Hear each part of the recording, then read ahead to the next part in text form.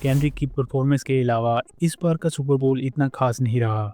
जहां मार्वल ने भी थंडरबोल्ट्स का एक नया ट्रेलर लॉन्च किया, बट इसमें हमें सेंट्री अपनी फुल सुपर हीरो ग्लोरी में नहीं दिखता, बल्कि हमें द वॉइड की एक झलक मिलती है। वो डार्क एंड टेरिफाइंग एंटिटी जो सेंट्री के अंदर ट्रैप है। सो इससे एक एक्साइटिंग पॉसिबिलिटी बन जाती है। आई थिंक शायद मार्वल स्टूडियोज इस मूवी की रिलीज से पहले एक और ट्रेलर लॉन्च करेगा जिसमें सेंट्री पर ज़्यादा फोकस किया जाएगा, क्योंकि ऐसा करने पर हमें सेंट्री के सुपर हीरो सूट की पहली झलक मिल जाएगी, जो कि मार्केटिंग, पोस्टर्स एंड मर्चेंडाइज के लिए एक मेजर सेलिंग पॉइंट साबित होगा। बट फिलहाल सेंट्री के सूट को सीक्रेट रखा जा रहा है, एंड इस ट्रेलर में भी हमें सिर्फ द वॉइड का टेरिफाइंग रूप देखने को मिलता है, जो अपनी प्रेजेंस दे के पूरी तरह तबाही मचा रहा है। सो इस ट्रेलर के डीपर ब्रेकडाउन में जाने से पहले हम पहले ये समझ लेते हैं कि सेंट्री और द वॉइड आखिर हैं कौन और ये इतने डेंजरस क्यों हैं।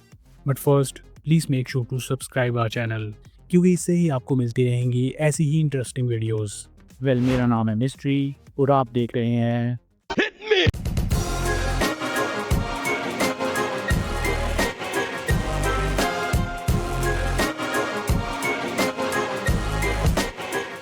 ऑलराइट। ट्रेलर की शुरुआत एक चिलिंग स्टेटमेंट से होती है, जहां वैलेंटीना कहती है the Avengers are not coming back. हम जानते ही हैं कि अवेंजर्स की टीम अवेंजर्स डूम्सडे और सीक्रेट वॉर्स में वापसी करेगी, लेकिन प्रेजेंट डे एमसीयू में एंड गेम के बाद कोई नई अवेंजर्स टीम नहीं बनी। काफ़ी साल बीत चुके हैं जब लास्ट टाइम अवेंजर्स ने साथ में लड़ाई लड़ी थी, बट इसके बाद कोई भी नई अवेंजर्स टीम नहीं बनी। एंड यहीं पर वैलेंटीना एंट्री मारती है। उसे लगता है कि दुनिया को नई प्रोटेक्टर्स की ज़रूरत है, एंड इसीलिए उसने खुद की थंडरबोल्ट्स टीम बना ली। जब वो यूएसए और पूरी दुनिया को प्रोटेक्ट करने की स्पीच दे रही होती है, तभी हमें ट्रेलर में द वॉइड का टेरर देखने को मिलता है।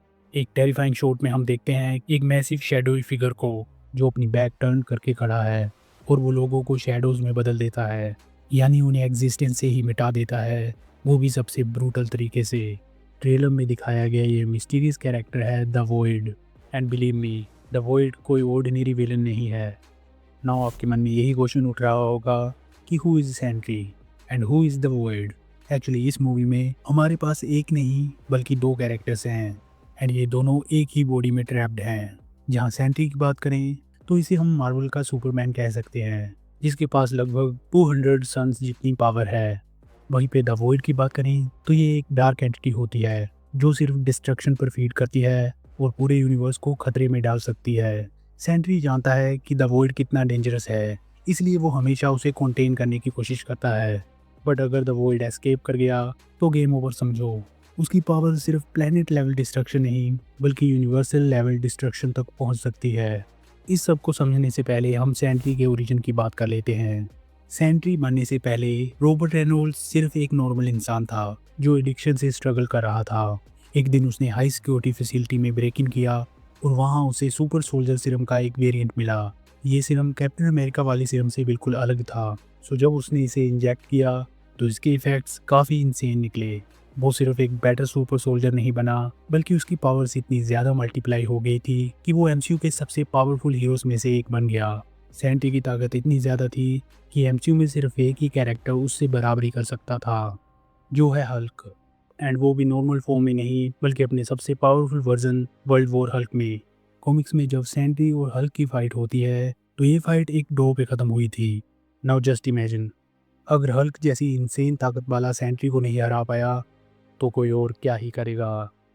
सो द वॉइड की पावर्स के बारे में भी बात कर लेते हैं। हम इस ट्रेलर में देखते हैं कि सेंट्री पूरी तरह से कंट्रोल में नहीं दिख रहा।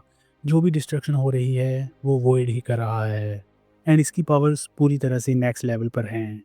इसके पास है मोलिकुलर मैनिपुलेशन। द वॉइड के पास एक इंसेन एबिलिटी है, वो मैटर को मोलिकुलर लेवल पर मैनिपुलेट कर सकता है। इसका मतलब ये है कि वो पूरे के पूरे शहर को एक शैडो प्रिजन में बदल सकता है, बेसिकली एक ब्लैक होल जैसी जगह जहाँ से कुछ भी एस्केप नहीं कर पाएगा, ना लाइट ना इंसान। आई थिंक ट्रेलर में हम शायद यही देख रहे हैं, क्योंकि न्यूयॉर्क सिटी पूरी तरह से अंधेरे में समा रही है। इवन थोर भी कॉमिक्स में एक बार ऐसी ही सिचुएशन में फंस गया था। सो अगर थोर भी द वॉइड को एस्केप नहीं कर पाया, वहाँ ये थंडरबोल्ट्स क्या ही कर लेंगे। इसके अलावा वॉइड के पास है इन्फानाइट टेंड्रिल्स। वो इन्फानाइट डार्क टेंड्रिल्स को समन कर सकता है, लेकिन ये कोई फिजिकल वेपन्स नहीं होते, बल्कि ये टेंड्रिल्स अपनी विक्टिम्स को उनके सबसे बुरे नाइटमेयर्स और पोस्ट ट्रोमास को एक्सपीरियंस करवाते हैं। इसके अलावा द वॉइड के पास है अम्ब्रा काइनेसिस। हमने ट्रेलर में देखा ही है कि लोग शैडोज़ में बदल रहे हैं। अब यहाँ दो पॉसिबिलिटीज़ हो सकती हैं। पहली तो ये कि ये सब मारे गए हैं एंड इन सब की एनर्जी को द वॉइड अब्जॉर्ब कर रहा है। इसके अलावा दूसरी पॉसिबिलिटी ये हो सकती है कि ये सब द वॉइड की शैडो आर्मी में बदल चुके हैं जिन्हें वो कंट्रोल कर सकता है। सो अगर इन दोनों में से कोई भी पॉसिबिलिटी सच होती है तो थंडरबोल्ट्स के पास इसे हराने का कोई चांस नहीं है। पावर्स के बाद द वॉइड की वीकनेस की बात करें तो इसके पास कुछ वीकनेसेस ज़रूर है, और थंडरबोल्ट्स की टीम में से कोई भी इसे रोकने के लायक नहीं है। कॉमिक्स की बात करें तो डॉक्टर स्ट्रेंज ने एक बार पावरफुल मैजिक का इस्तेमाल करके द वॉइड को सील कर दिया था। इसके अलावा नल द सिम्बियोट गॉड ने द वॉइड को आसानी से कंट्रोल कर लिया था, क्योंकि नल खुद अंधेरे का भगवान है। But guess what, Doctor Strange और नल दोनों ही इस मूवी में नहीं है। नाउ द वॉइड को रोकने का सिर्फ एक ही तरीका बचता है, जो है खुद सेंट्री। अगर थंडरबोल्ट समहाउ सेंट्री के माइंड को अपील कर सकें और उसे कंट्रोल में वापस ला सकें तो शायद सब कुछ खत्म होने से पहले वो द वॉइड को कंटेन कर सकता है। खैर, ट्रेलर की सबसे इंटेंस मोमेंट की बात करें तो एक शॉट में हम देखते हैं कि बकी सेंट्री को पंच मारने की कोशिश करता है, बट सेंट्री उसका हाथ पकड़ लेता है और उसे उखाड़ देता है।